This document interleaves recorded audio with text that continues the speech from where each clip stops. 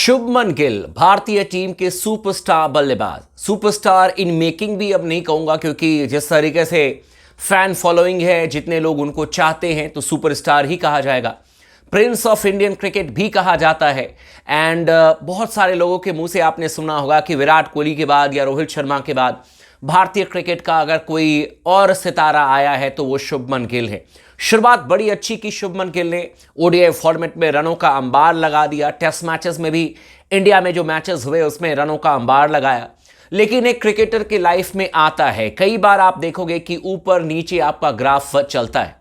बहुत कम ही ऐसे प्लेयर्स हैं जिनके ग्राफ को अगर आप देखोगे तो वो एकदम सस्टेन रहते हैं, मतलब कि आपने शुरू में भी रन किया, आखिरी तक रन करते चले जाते हो। लेकिन जनरली ऐसा होता नहीं है। सी सॉ जिसको हम कहते हैं, ऊपर नीचे, कई बार आप रनों का अंबार लगाते हैं, कई बार आप फ्लॉप हो जाते हैं। अच्छी टीमों के खिलाफ में आप रन कर देते हैं और कमजोर टीमों के खिलाफ में आपका बल्ला चलता नहीं है। तो रिसेंटली अभी शुभमन गिल का बल्ला उस तरीके से चला नहीं और इसी की वजह से शुभमन गिल को टी20 वर्ल्ड कप में जगह नहीं मिली। एक्स्ट्राज में थे, उनकी जगह पर यशस्वी जायसवाल को टीम में शामिल किया गया। देन शुभमन गिल को जरूर शामिल किया गया, जिम्बाब्वे दौरे पर कप्तानी भी कर रहे थे। हालांकि इंपैक्ट उस तरीके से क्रिएट नहीं कर पाए शुभमन गिल, लेकिन अंत में जाकर के 2-3 मैचेस में उन्होंने रन जरूर किए थे। लेकिन उसमें भी क्रिटिसिज्म हुआ कि भाई ऋतुराज गायकवाड को आपने ड्रॉप कर दिया, अभिषेक शर्मा जिन्होंने शतक लगाया था उनको आपने 3 नंबर पर शिफ्ट कर दिया। तो बहुत तरीके की बातें हुई। उसके बाद शुभमन गिल को मौका मिला श्रीलंका में, जहां पर कि बल्ला उस तरीके से चला नहीं। खासतौर पर ओडीआई मैच में, तीनों मैच में शुभमन गिल कंप्लीटली फेल रहे और उनको एक तरीके से पीछे धकेल दिया हिटमैन ने, रोहित शर्मा ने। लेकिन अब शुभमन गिल ने कुछ बड़े फैसले लिए हैं। जिस तरीके से शुभमन गिल नेट पर अभ्यास करते हुए नजर आए, जिस तरीके से शुभमन गिल दिलीप ट्रॉफी की तैयारी कर रहे हैं और अपने होम टाउन में जिस तरीके से बैटिंग करते हुए नजर आए, 3 बड़े फैसले शुभमन गिल ने अपनी बैटिंग में लिए हैं, ऐसा देख करके लग रहा है।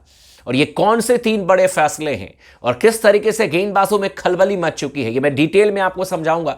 लेकिन आप तमाम दोस्तों से रिक्वेस्ट है, उससे पहले स्पोर्ट्स टॉक चैनल को अगर आपने सब्सक्राइब नहीं किया दोस्तों तो फटाफट चैनल को सब्सक्राइब जरूर कर दीजिएगा, बार बार कहने की जरूरत ना पड़े। और अपने दोस्तों के साथ भी शेयर कीजिएगा, वीडियो को लाइक जरूर कर दीजिएगा। सबसे पहला बदलाव, शुभमन गिल जो नेट पर बैटिंग कर रहे थे, जिसे देख करके साफ तौर पर समझ में आया कि बैकलिफ्ट जो उनका है वो काफी नीचे कर लिया है, वो भी तेज गेंदबाज के खिलाफ में शुभमन गिल ने। अब आप युवराज सिंह को अगर आप देखते होगे खेलते हुए तो उनका बैकलिफ्ट एकदम ऊपर से आता था, लेकिन उनका स्विंग भी उतना ही शानदार था। वीरेंद्र सहवाग का बैकलिफ्ट एकदम ऊपर से आता था पर उनकी स्विंग उतनी जबरदस्त हुआ करती थी। वीवीएस लक्ष्मण का बैकलिफ्ट काफी ऊपर से आता था, उनकी टाइमिंग कमाल की हुआ करती थी। लेकिन शुभमन गिल ने एक इंप्रोवाइज किया, एक बदलाव किया अपने बैटिंग में। जिस तरीके से नेट पर बैटिंग कर रहे थे, तेज गेंदबाजों के खिलाफ में बल्लेबाजी करते हुए नजर आ रहे थे और बैकलिफ्ट उन्होंने काफी नीचे रखा है, यानी कि गेंद जब आती है तो आप तैयार रहो। यह काम करने की कोशिश शुभमन गिल ने की है तेज गेंदबाजों के खिलाफ में। कई बार आपने नोटिस किया होगा इंटरनेशनल लेवल पर तगड़े गेंदबाजों के खिलाफ में, जैसे माकवुड के खिलाफ में 2024 में ही इसी साल एक आध इनिंग्स में बहुत ज्यादा स्ट्रगल करते हुए नजर आए पेस के खिलाफ में शुभमन गिल। और उसके पीछे रीजन यह था कि हाई बैकलिफ्ट, जब तक आप ऊपर से बल्ला नीचे लेकर के आ रहे थे गेंद निकल जा रही थी, गेंद पहले पास कर जा रही थी और ऐसे में आप परेशानी आपको होती थी। और इसीलिए जो नेट पर बैटिंग कर रहे थे शुभमन गिल, उसमें जो पहला रिएक्शन देखने को मिला वो ये है कि भाई बैकलिफ्ट उन्होंने काफी नीचे कर लिया फास्ट बॉलर के खिलाफ में, ताकि उनके पास में पर्याप्त समय रहे। अब नेचुरली हर कोई बल्लेबाज रोहित शर्मा तो नहीं है, रोहित शर्मा को गॉड गिफ्ट है, एक कहते हैं ना कि ऊपर वाले ने आपको तोहफा दिया है हिटमैन को, कि भाई उनका बैकलिफ्ट भी काफी हाई है। इसके बावजूद भी वो तेज गेंदबाजों को जब खेलते हैं तो ऐसे लगता है कि फ्रैक्शन ऑफ सेकेंड उनके पास में ज्यादा है। तो ये गॉड गिफ्ट हर बल्लेबाज के पास में नहीं है, आपको मेहनत करनी पड़ती है। और उसी मेहनत के लिए शुभमन गिल के बैटिंग को देख करके जो पहला बदलाव नजर आया वो उन्होंने तेज गेंदबाजों के खिलाफ में बैकलिफ्ट को काफी नीचे रखा है। जो दूसरा बदलाव शुभमन गिल ने किया है वो ये देख करके साफ तौर पर पता चला, और ये काफी इंटरेस्टिंग चीज है, बहुत ज्यादा फ्रंट फुट पर कमिट नहीं होना है। चाहे इंडियन कंडीशन में आप क्यों ना खेल रहे हो, आपको बहुत ज्यादा फ्रंट फुट पर नहीं आना है। यानी कि आप 3/4 जिसको कहते हैं ना कि आप आगे आए लेकिन आप बैकफुट पर भी जाने के लिए तैयार हो, यानी कि शार्पली आप अपने पैरों का मूवमेंट करते हो। आप फ्रंट फुट पर पूरी तरीके से कमिट नहीं हो गए फास्ट बॉलर के खिलाफ में। अदरवाइज होता है ये कि भाई कहा जाता है कि इंडियन कंडीशन में आप तेज गेंदबाज को फ्रंट फुट पर आकर के भी खेलोगे तो ज्यादा परेशानी होगी नहीं, लेकिन कई बार गेंदें गुड लेंथ से अचानक ही उछल जाती है और ऐसे में गेंद या तो ग्लव्स में लग करके या बल्ले का बाहरी किनारा लेकर के विकेट कीपर या स्लिप में चली जाती है।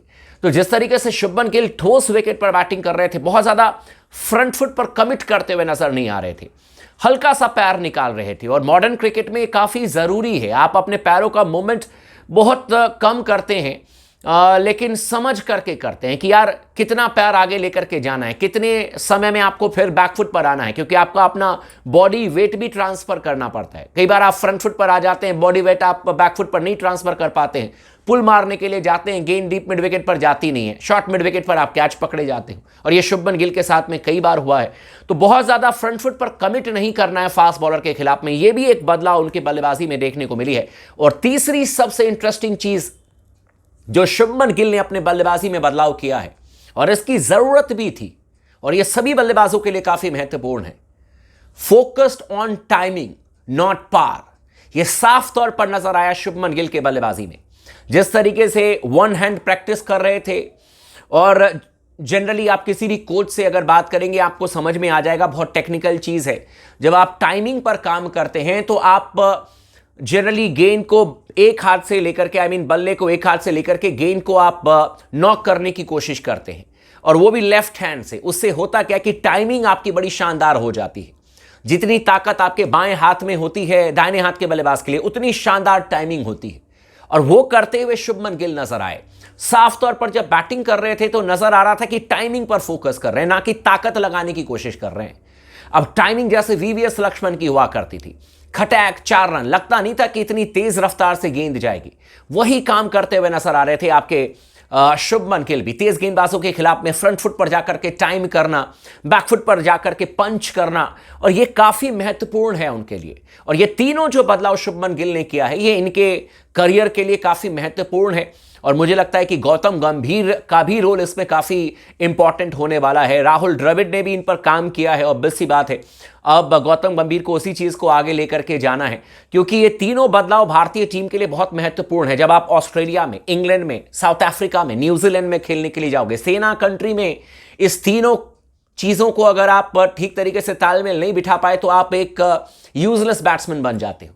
और इसलिए शुभमन गिल ने टाइमिंग इंप्रूव की है, पार की जगह बैकलिफ्ट को कम किया है तेज गेंदबाजों के खिलाफ में, और बहुत ज्यादा फ्रंट फुट पर ना कमिट करने का फैसला किया है। और ये तीनों जो फैसले अगर शुभमन गिल ने जो किए हैं, मेरे ख्याल से आउटस्टैंडिंग फैसले हैं। अगर इस पर अपने स्किल को और डेवलप करेंगे तो 110% शुभमन गिल के बल्ले से आपको जो 5 टेस्ट मैच है आपका ऑस्ट्रेलिया में, या इसके बाद भविष्य में जब भी इंग्लैंड या न्यूजीलैंड में हम जाएं खेलने के लिए, अगले साल ही हमें इंग्लैंड में भी टेस्ट मैच खेलना है, तो वहां पर आपको पॉजिटिव रिजल्ट देखने को मिलेगा। आपका क्या कहना है इन तीनों बदलाव के बारे में, आप हमें कमेंट करके जरूर बताइएगा। चैनल को जरूर सब्सक्राइब कर लीजिएगा दोस्तों, और वीडियो को भी जरूर लाइक करिएगा।